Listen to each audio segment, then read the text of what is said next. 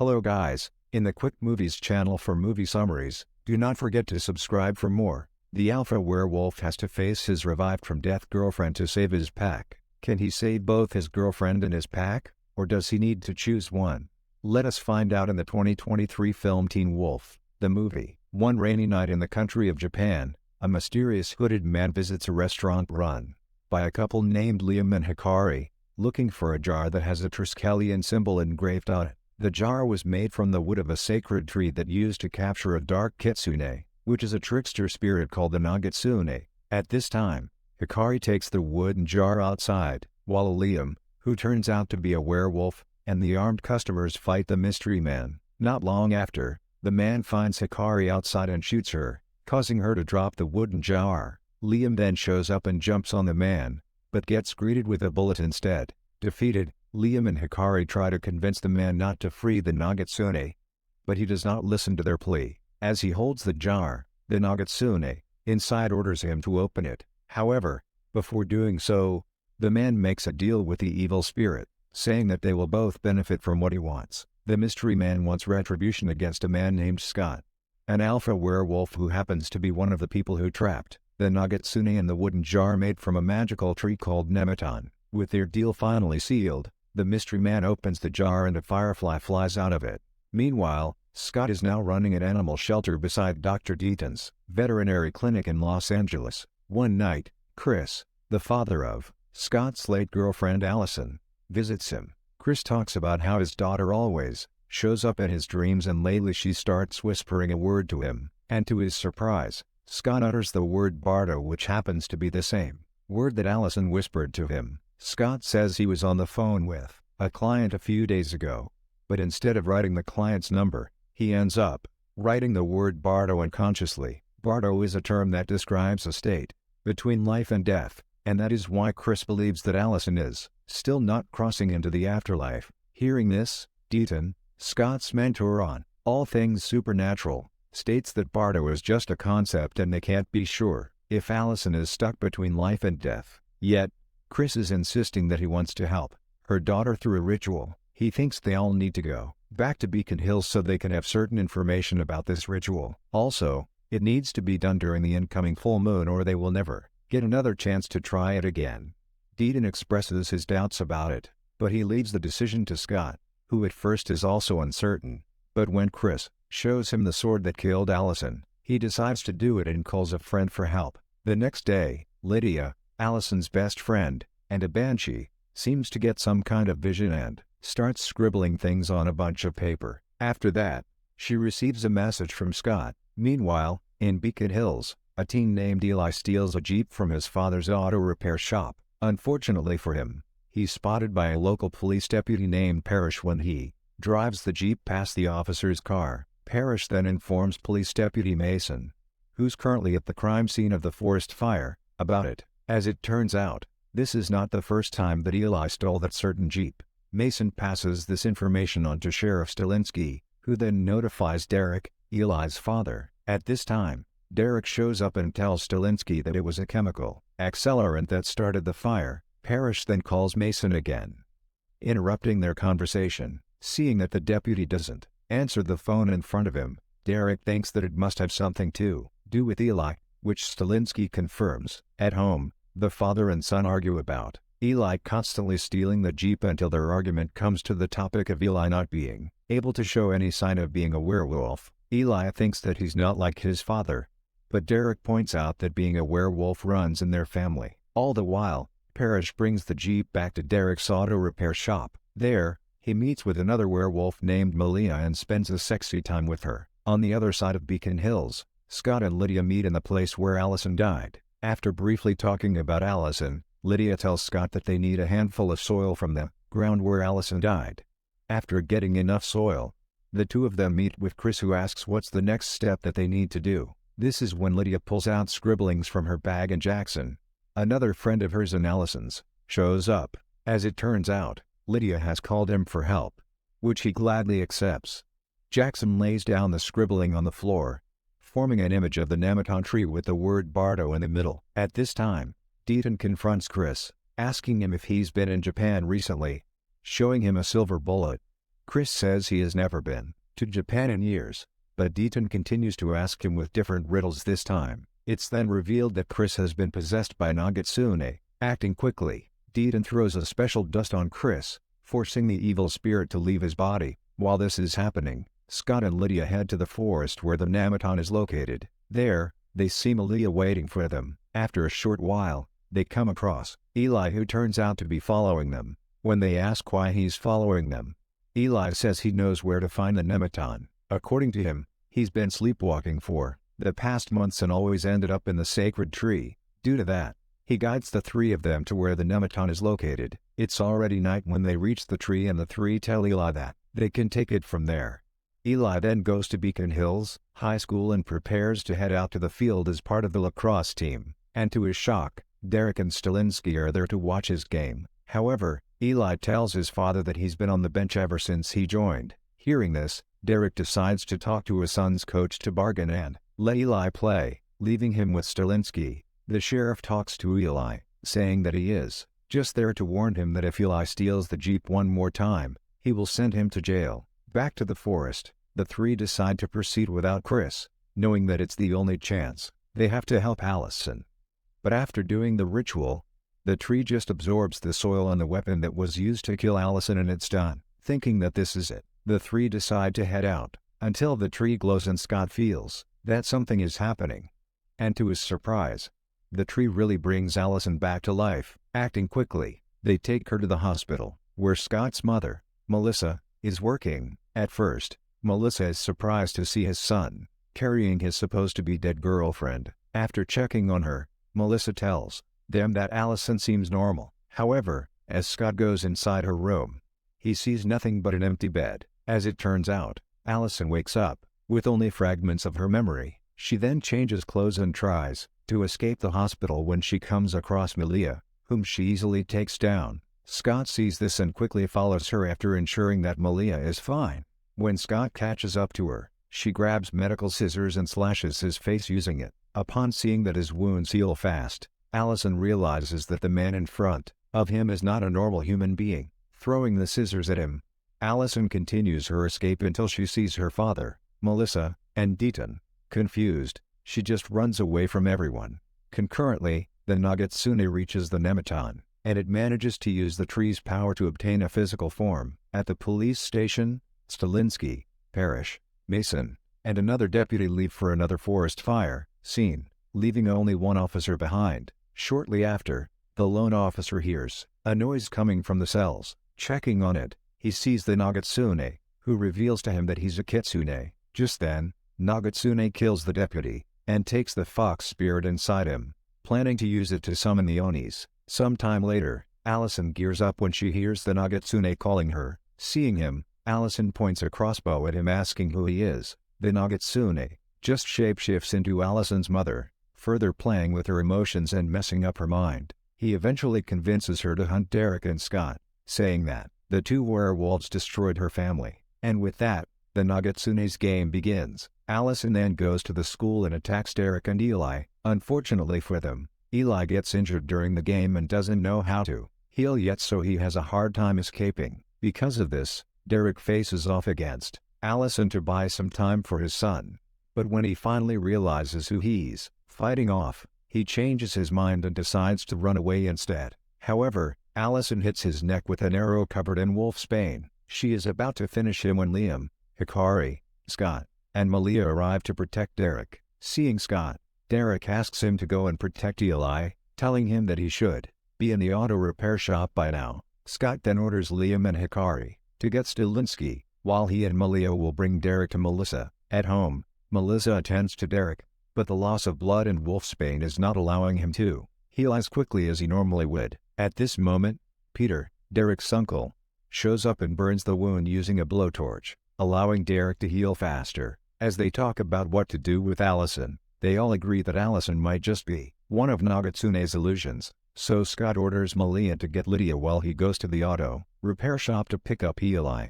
Chris, Melissa, and Peter, on the other hand, begin to track Allison. At the police station, Lydia and Jackson arrive only to find the station empty with only a dead officer present. Not long after, Liam and Hikari show up in the to show them the officer's dead body. Examining the corpse, Hikari realizes that the deputy was a kitsune and that Nagatsune must have stolen the fox spirit. Afterward, they check on the detective board to map the areas where the fire occurred recently. There, Liam and Hikari see the picture of the hooded mystery man who attacked them before. With all of the information they get, Liam and Hikari decide to go back to Scott while Lydia and Jackson continue investigating the forest fires. Meanwhile, in the forest, the police are attacked by the Oni, who appear as samurai warriors. During the attack, only Stilinski and Parrish, who turns out to be a hellhound, survive. On the road, Stilinski orders Parrish to go back to the station while he will go check the auto repair shop. Sometime later,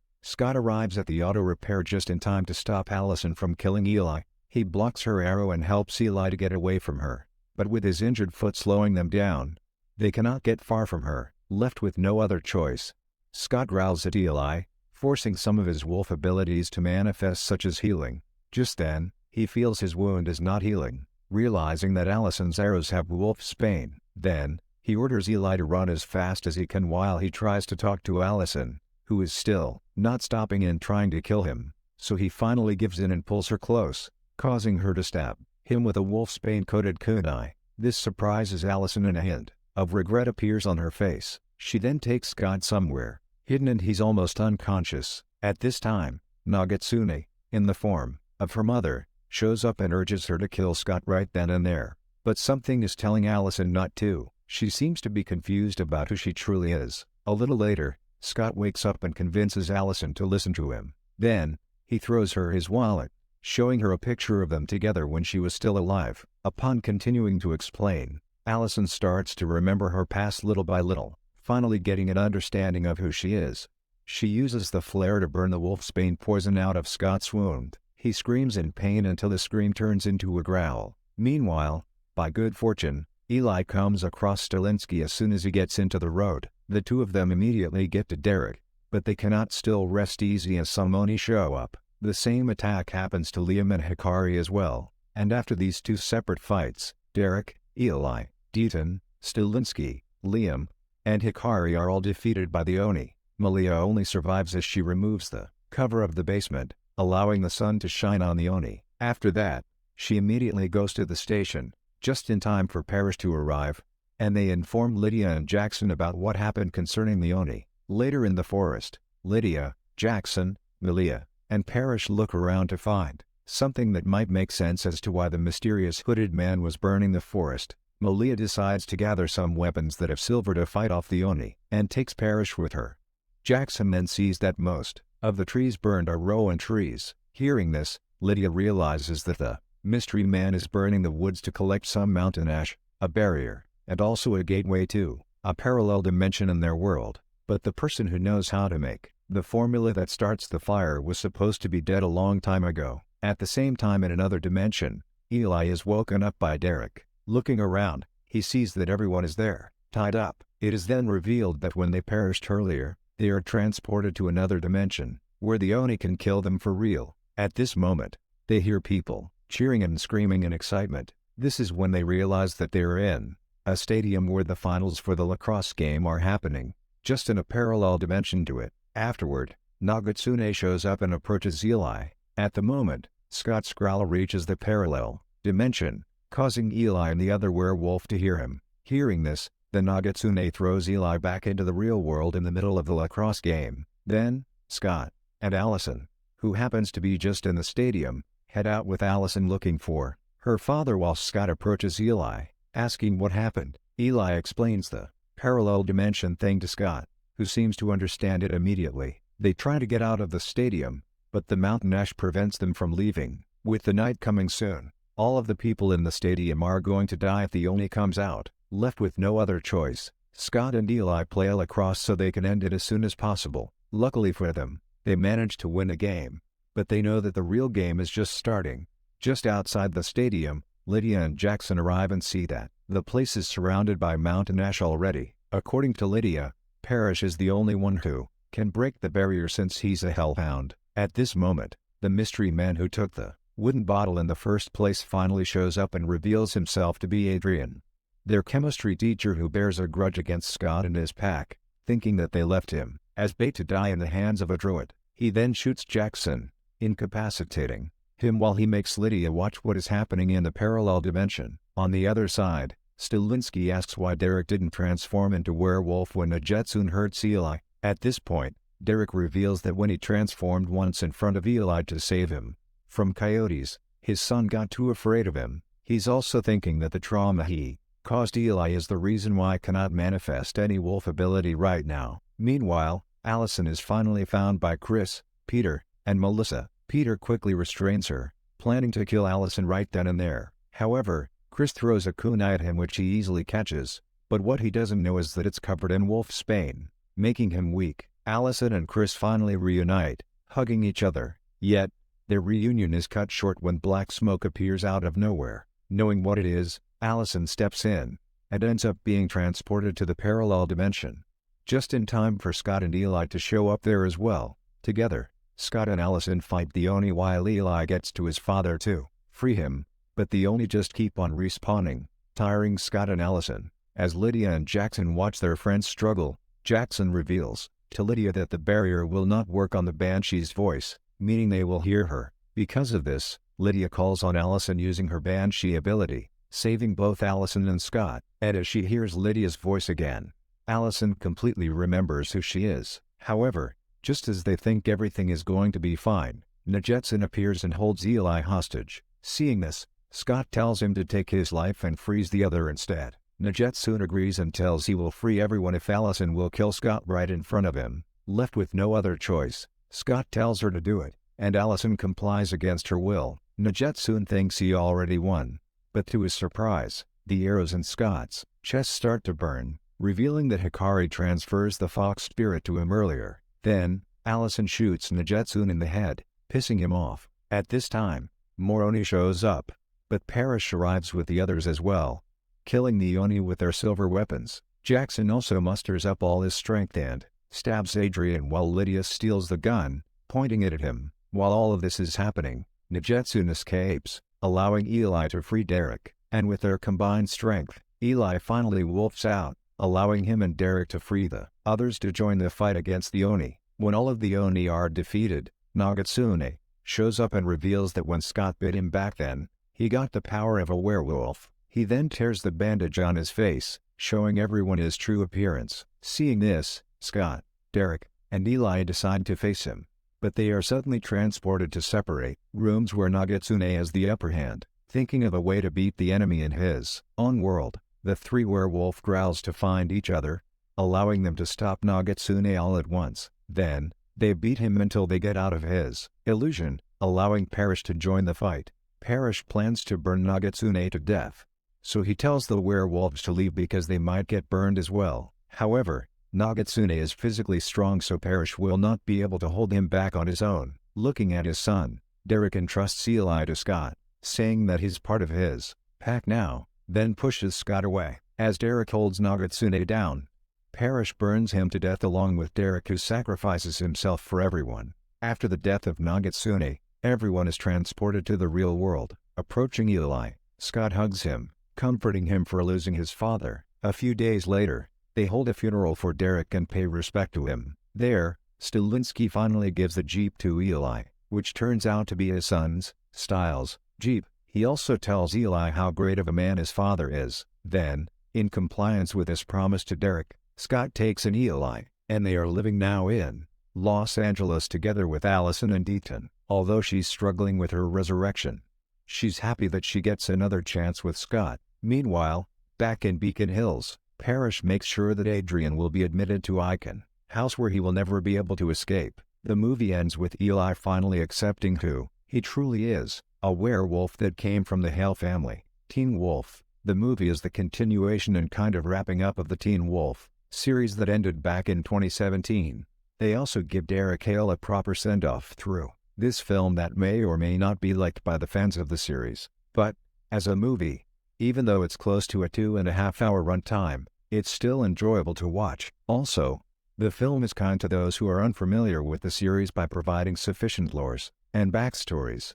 However, first-time viewers will still miss some plot points like the characters' relationship with each other, of course. Despite that, This film is still satisfying to watch and overall a really good film.